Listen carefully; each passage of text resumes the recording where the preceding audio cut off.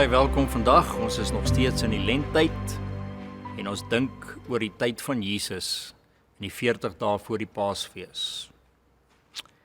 Toe ek groot geword het, het meeste erwe agter 'n vrugteboord gehad. En wanneer dit tyd vir hierdie vrugte is om ryp te wees, dan het ons as 'n familie begin vrugte inlê. Miskien kom jy uit 'n tyd dat jy dit onthou het. En dan is dit 'n gekook en 'n canfruit-bottel en verpakking van 'n aard wat 'n kind nie geniet het nie.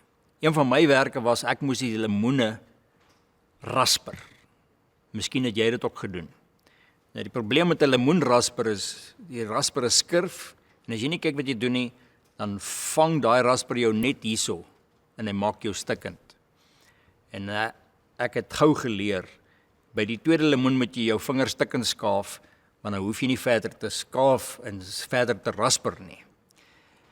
Maar wat lekker is van om daai vrugte in te lê is, wanneer die tyd kom wanneer jy daai bottel oopmaak, dan is dit baie, baie lekker.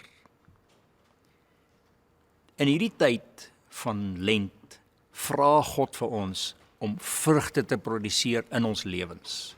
En die Bybel verwys na dit as die vrug van die Gees. Dis die vrug van dit wat binne is. Een van daardie vrugte, wat ons vandag na kyk, is die vrug van nederigheid. Nou, hoe lyk 'n vrug van nederigheid? Wat sou by jou opkom as ek dit sê? Hoe lyk 'n nederige vrug? Jy sien, dadelik begin baie mense 'n stryd in hulle self, want nederigheid is nie gelyk aan minderwaardigheid nie.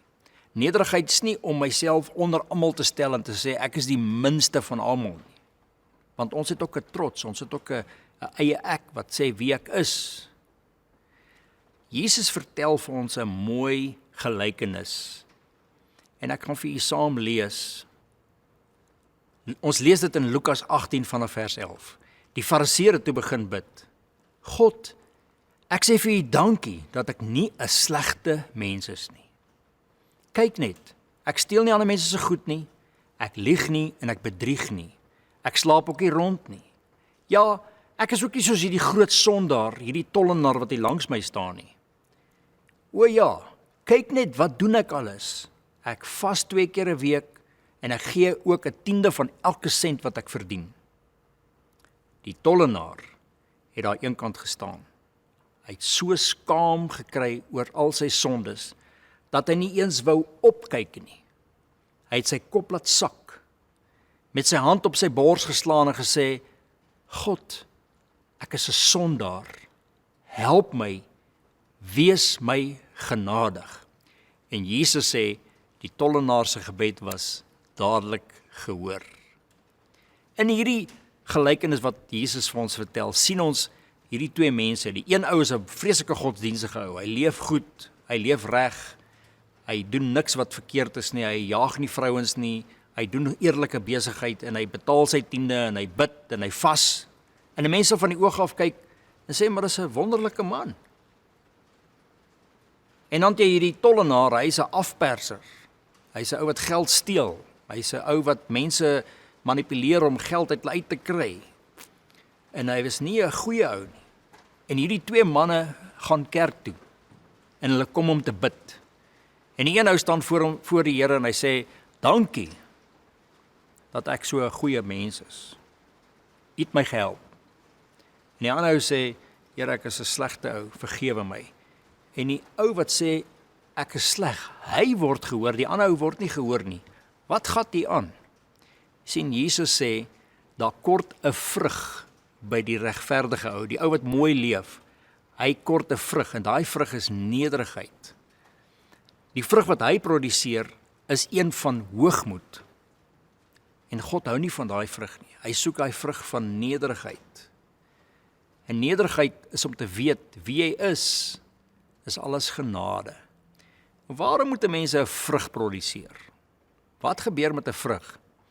Nou ek onthou daai canfruit-bottels wat so in die kombuis op die rak gestaan het. Miskien het jy ook so groot geword. Hulle het niks beteken tot jy hulle afhaal, oopmaak en hulle eet nie. 'n Vrug beteken eintlik net iets wanneer jy dit eet.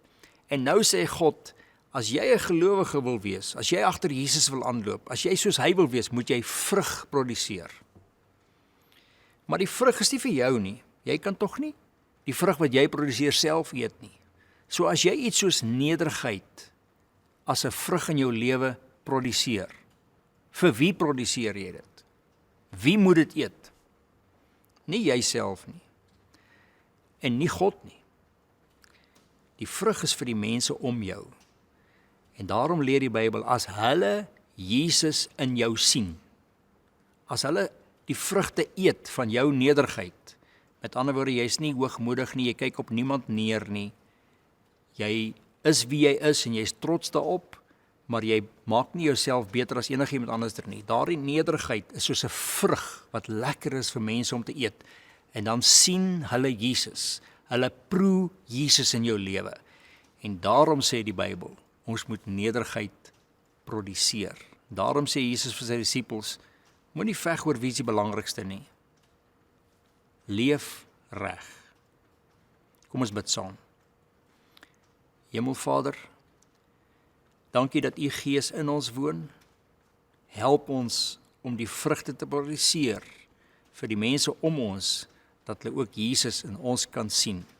En in hierdie tyd van lent, help ons om hierdie vrug suksesvol in ons lewens te kan produseer. Amen.